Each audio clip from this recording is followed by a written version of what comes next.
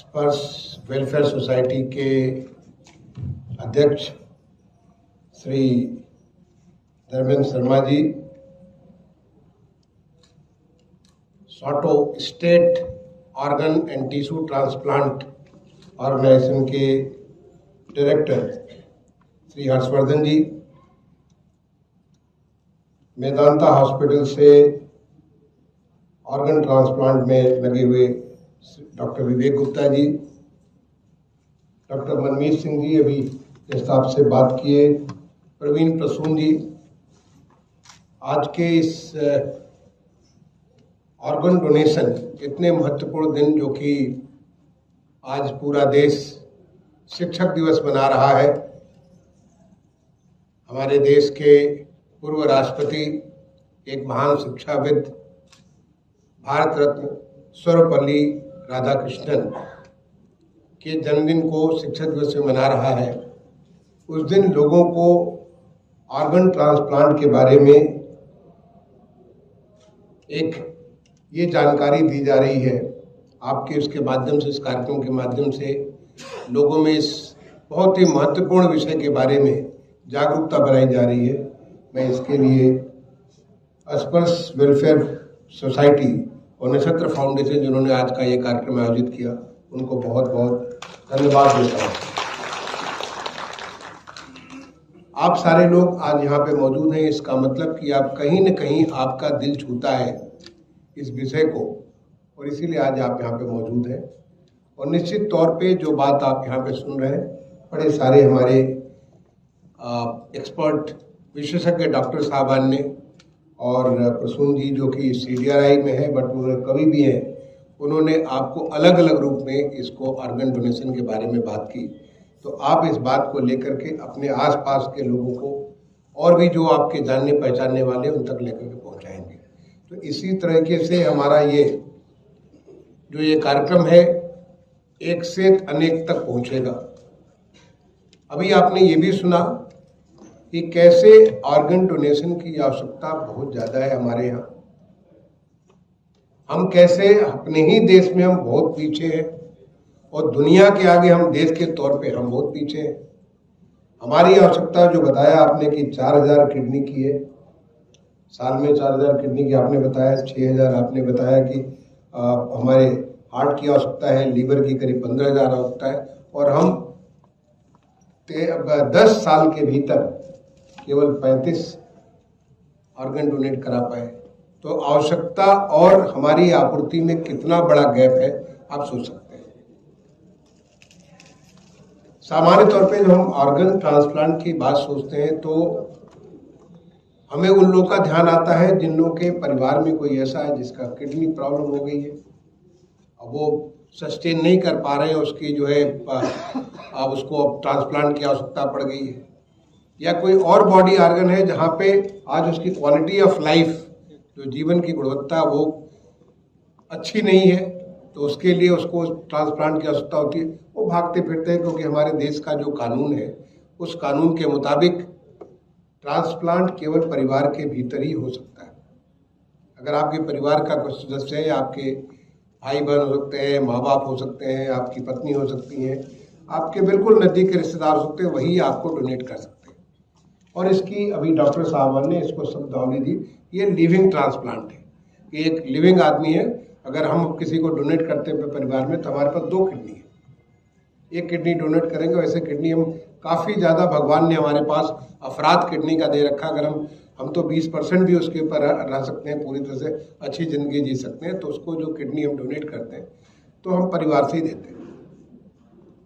Liver जो donate करते हैं, लीवर के बारे में तो भगवान ने ऐसी व्यवस्था बना रखी है कि लीवर जो डोनेट करता है और जिसको मिलता है, थोड़ा सा पोर्शन उसको काट करके देते हैं, तो उसके बाद इसका भी पूरा हो जाता है, उसका भी पूरा हो जाता है। ये भी नहीं कि ये भी आधा रहा, वो लीवर अपने आप अपने को रिकूप कर लेता है। और लीवर के ट्रांसप्लांट की बहुत बड़ी आवश्यकता, आपने बताया कि 15000 की आवश्यकता होती है। ऐसे ही आपको कॉर्निया के बारे में, ऐसे तमाम सारे टिश्यूज़ के बारे में, बहुत सारी चीज़ें बॉडी में, इतने सारे ट्रांसप्लांट के, हार्ट के बारे में इतने सारे ट्रांसप्लांट की ज़रूरतें होंगी, और उन ज़रूरतों को पूरा करने के लिए लिविंग, अब कोई अपना हार्ट, तो लिविंग आदमी अपना हार्ट डोनेट नहीं कर सकता। ये तो किसी ऐसे आदमी से मिल सकता है जिसको आपने कहा कि वो ब्रेन डेड है, उसका मस्तिष्क तो मर चुका है, लेकिन वो वेंटिलेटर के ऊपर उसके हार्ट की अभी पंपिंग जारी है, और चूंकि हार्ट की पंपिंग जारी है इसका मतलब कि ऑक्सीजन उसको पहुंच रहा है, और ऑक्सीजन चूंकि पहुंच रहा है इसकी वजह से उसके बाकी अंग प्रत्यंग जो है वो तब तक जिंदा रहेंगे जब तक वहां पे ऑक्सीजन पहुंच रहा है। ऐसे जो है जो कि ब्रेन डेड व्यक्ति है, वो ब्रेन डेड क्योंकि या तो हार्ट डेड अगर हो गया तो सामान्य तौर पे हार्ट डेड के बाद मैं समझता हूँ कि मैं तो डॉक्टर नहीं हूँ, एक्सपर्ट नहीं हूँ, लेकिन हार्ट डेड होने के बाद तो फिर आदमी के अंग प्रत्यंग वो धीरे से खत्म हो जाएंगे क्योंकि वहाँ पे ऑक्सीजन की सप्लाई नहीं होगी। लेकिन ब्रेन डेड होने के बाद चूंकि हमारा पंपिंग जारी है, और वो चाहे वो असिस्टेड पंपिंग जारी है, उसके माध्यम से हमारे ऑर्गन्स, चाहे वो कॉर्निया हो, चाहे लीवर हो, चाहे फेफड़े हो, हमारे हर एक चीज़ उसकी उससे इस काम लायक है कि उसको दूसरे आदमी को हम डोनेट करके दूसरे की ज़िंदगी दे सकते हैं या दूसरे की ज़िंदगी की क्वालिटी बेहतर कर सकते हैं। जो नहीं देख पा रहा वो देख सकता है। तो इसके लिए जो हमारे ब्रेन डेड के लोग, ब्रेन डेड आपने बताया कि इतनी सारी हमारे देश में करीब 15 लाख एक्सीडेंट होते हैं, जिसमें करीब 1.5 लाख लोगों की मृत्यु हो जाती है। अगर हमारे उत्तर प्रदेश में ही 20-22 हजार लोगों की डेथ होती है इसकी वजह से, एक्सीडेंट की वजह से। अब एक्सीडेंट्स में हमें डॉक्टर साहब ने बताया कि कुछ 67%, 2/3 लोग ऐसे होते हैं जो कि ब्रेन डेड वाली स्थिति में होंगे। अगर ब्रेन डेड की स्थिति में तो दे आर रेडी, क्योंकि अल्टीमेटली ब्रेन डेड के बाद वो रियल डेड भी हो जाएंगे, तो उसके बाद तो फिर उनके अंग या तो जलाए जाएंगे या दफनाए जाएंगे, फिर वो किसी के काम नहीं आएंगे, न उनके काम आएंगे न किसी और के काम आएंगे। तो ऐसे में क्या हम उसका उपयोग कर सकते हैं कि नहीं कर सकते? मैं समझता हूं कि ये तो प्लेज की बात ठीक है, प्लेज आप लोग करेंगे, लेकिन हमारे देश में हमारी जो सनातन संस्कृति है, दान की संस्कृति है। हमारे यहाँ जो सबसे बड़ा वो है जो दानी होता है, सबसे बड़ा जो दानी होता है। आप सोचिए कि दानवीर कर्ण का नाम, इतने सालों में कर्ण के बारे में जो अगर कोई सुनता है तो दानवीर कर्ण के नाम सुनता है। जो मांगा उसको दे दिया। दानवीर बलि राजा बलि का नाम सबको याद रहता है। दानवीर हमारे हर्षवर्धन का नाम सबको याद रहता है। इंसिडेंटली आपका नाम हर्षवर्धन है, और हर्ष जो है एक बहुत दानवीर हमारे, उनके बारे में जब हर्ष का नाम आप सुनते हैं तो आप सुनते हैं कि जो हमारा जो कुंभ का मेला हुआ करता था, उस कुंभ के मेले में जो भी होता था वो दान करते थे। ऐसे दानवीरों की हमारे देश में कमी नहीं, जिन्होंने जो अपने लिए नहीं बल्कि दूसरों के लिए जीते। इनफैक्ट प्रकृति जो है, हमारी प्रकृति जिसके साथ हम लोग रहते हैं, वो प्रकृति केवल दानी है। कोई पेड़ अपना फल नहीं खाता है, कोई नदी अपना पानी नहीं पीती है, कोई फूल अपना सुगंध नहीं लेता है, वो सब दूसरे के लिए लेता है। तो जो प्रकृति की प्रकृति है वो दानी प्रकृति है, और हम एक सनातन, जो हमारी जो सनातन सभ्यता और संस्कृति है, वो संस्कृति सबसे बड़ा स्थान दानी को देती है। आप सोचिए हमारे जितने रिश्ते हैं, जितने भी हमारे रिश्ते हैं, हमारे बहुत सारे रिश्ते हैं परिवार में। आप बच्चा पैदा होने से लेकर के जो सौरव संस्कार, उसका अंतिम अंत्येष्टि संस्कार जब होता है, तब तक बहुत सारे रिश्तों में बंधन में बंधता चला जाता है। लेकिन उन सारे रिश्तों में सबसे पवित्र और सबसे बड़ा जो रिश्ता होता है, माँ का रिश्ता होता है। माँ और बच्चे का जो रिश्ते, उससे बड़ा कोई रिश्ता नहीं होता, क्योंकि माँ से बड़ी दानी और कोई नहीं हो सकता। माँ ने न केवल बच्चे को पैदा किया, बल्कि पैदा करने के लेकर के अपने अंत तक, कहते हैं माता पुत्र कुपुत्र हो सकता है, लेकिन माता कुमाता कभी नहीं हो सकती। अंत तक माँ उसके लिए हर समय बच्चे की भलाई में ही सब कुछ सोचती है, क्योंकि वो दानी है। उसको भगवान ने, प्रकृति ने उसको दान का वो बना रखा है। और दान अपने आप वो दे सकते हैं जो कि आपने पाया है कहीं और से, जो है आप रुपए पैसे दे सकते हैं, धन दौलत दे सकते हैं, किसी का पेट भर सकते हैं। लेकिन दान दे करके किसी को नई जिंदगी दे सकते हैं, वो अंगदान से ही संभव है। आप दान दे करके किसी को, आँख की रोशनी चली गई है, उसको रोशनी दे सकते हैं, ये अंगदान से ही संभव है। दान दे करके अगर किसी की गुर्दा आप बचा सकते हैं, जिसकी वजह से उसकी ज़िंदगी सुधर जाएगी, ज़िंदगी की उसकी क्वालिटी ऑफ लाइफ सुधर जाएगी, क्योंकि अब आपके किसी काम का नहीं है, आपकी ज़िंदगी बढ़ जाएगी, उससे बड़ा और कोई काम नहीं हो सकता, उससे बड़ा चीज़ नहीं हो सकता है। तो दान में आप रक्तदान करते हैं। बहुत सारे लोगों को मुझे ख्याल है कि मेरे पिताजी कभी केजीएमयू में भर्ती थे, ब्लड की आवश्यकता थी, कुछ लोग पता चला भाग गए। वो हमारे जब पता चला कि मेरे फादर है तो भाग गए कि वो कहीं ऐसा नहीं कि साहब हमसे ब्लड मांग ले, क्योंकि मैं हर साल ब्लड दिया करता था। मैं हर साल एक निश्चित तिथि को मैं ब्लड दिया करता था। मैं सोचा था कि जिस दिन आवश्यकता पड़ेगी गंभीर, उस समय मैं दूंगा। बाद में बहुत सारे लोग आ गए, लेकिन ये लोगों के मन में भय हो जाता है कि हम अगर ये दान देंगे तो हमारा क्या होगा। तो जिंदा होने पे लोगों को दान का होता है, लेकिन उसको भी अब धीरे धीरे आज रक्तदान बहुत महत्वपूर्ण हो गया और बहुत सारे बड़े बड़े कैंप्स लगते हैं। बहुत लोग अब रक्तदान में, मुझे नहीं सकता जो आज से 10-15 साल पहले समस्या थी वो समस्या है, बड़े आसानी से लोगों को मिल जाता है। लेकिन बाकी अंगों के दान के बारे में अभी भी लोगों के मन में बड़े सारे भ्रम हैं और ये भ्रम दूर किया सकता है। मैं कहता हूं कि इसको अगर प्लेज न भी किया हो, केवल उनसे परिवार को अगर बता भी दिया जाए, भाई आप तो शरीर को, आप कैडेवर को दान नहीं कर रहे हो, ऐसा नहीं कि पूरी बॉडी को आप दान कर रहे हो। बॉडी के कुछ ऐसी चीजों को दान कर रहे हो जो काम आएगी, बाकी चीज तो काम नहीं आएगी।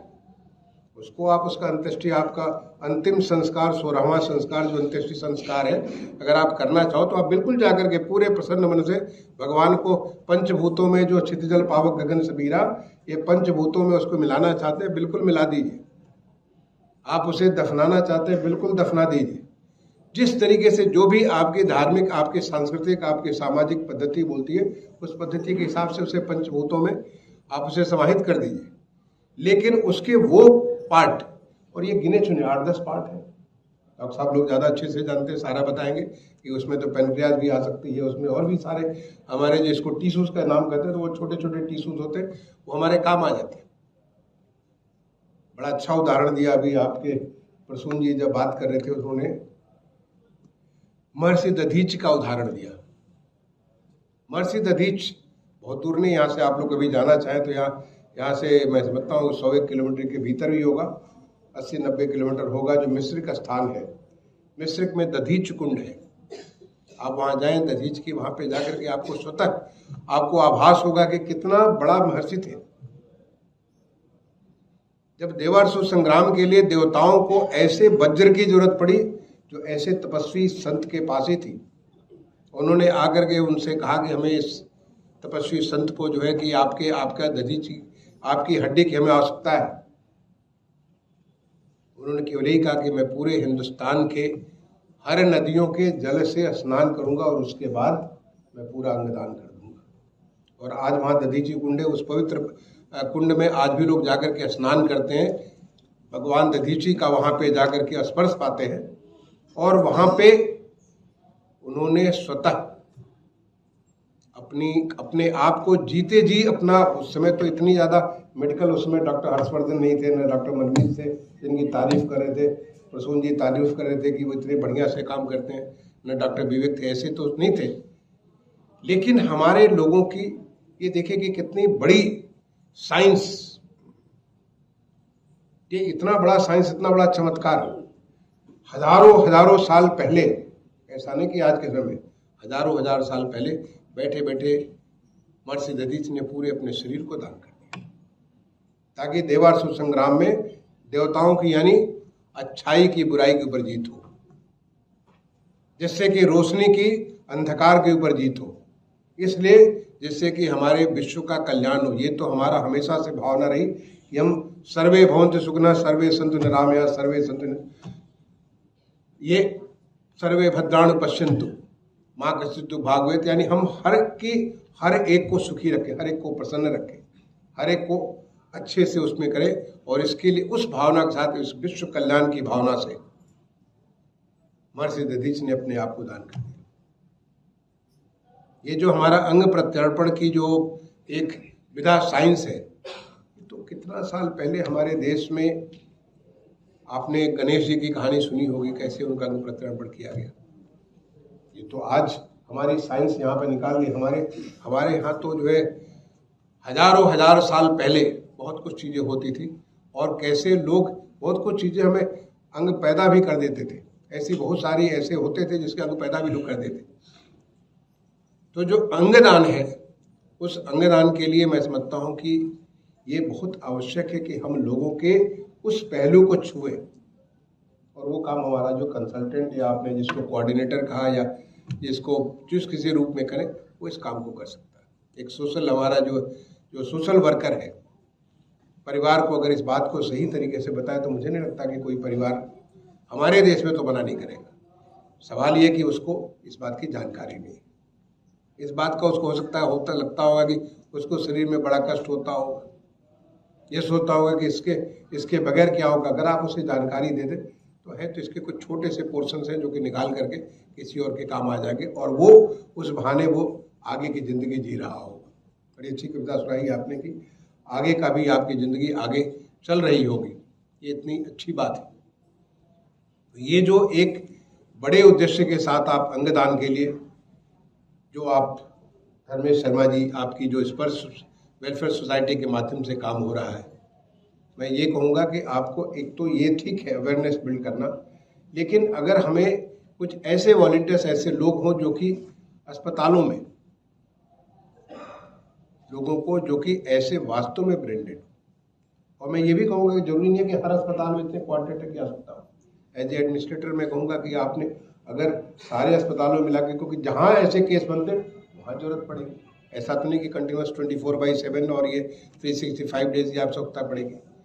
ऐसे कुछ लोगों को, बहुत अच्छी बात आपने कहा कि अम्बेडकर यूनिवर्सिटी में हमने प्रोग्राम स्टार्ट किया, बट ऐसे लोगों को कुछ एक हर एक सर में और बेस्ट है, जैसा कि आपने एक फाउंडेशन की बात की, as is where is it is needed, जहाँ जिसकी आवश्यकता पड़े वहाँ जाकर के लोगों को अच्छी बात समझा दें। मैं समझता हूँ कि इसमें कोई किसी को कोई दिक्कत नहीं होगी। जो बात हमने अभी पीजीआई में स्टार्ट किया और आपने और जो सुझाव दिए, उन सुझावों के ऊपर विचार किया जाएगा, क्योंकि हमारी व्यवस्था में बहुत सारा कंसल्टेटिव प्रोसेस के माध्यम से निर्णय लिए जाते हैं।